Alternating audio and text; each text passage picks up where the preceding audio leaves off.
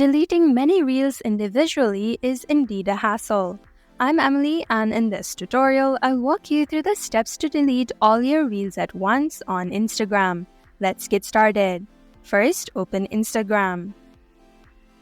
Tap on the icon at the bottom right. Tap on the hamburger icon at the top right. Tap on Your Activity. Scroll down, then go to Reels. Tap on the Select at the top right. Tap on the reels that you want to delete. Then simply tap on Delete at the bottom. Tap on Delete again to confirm your action.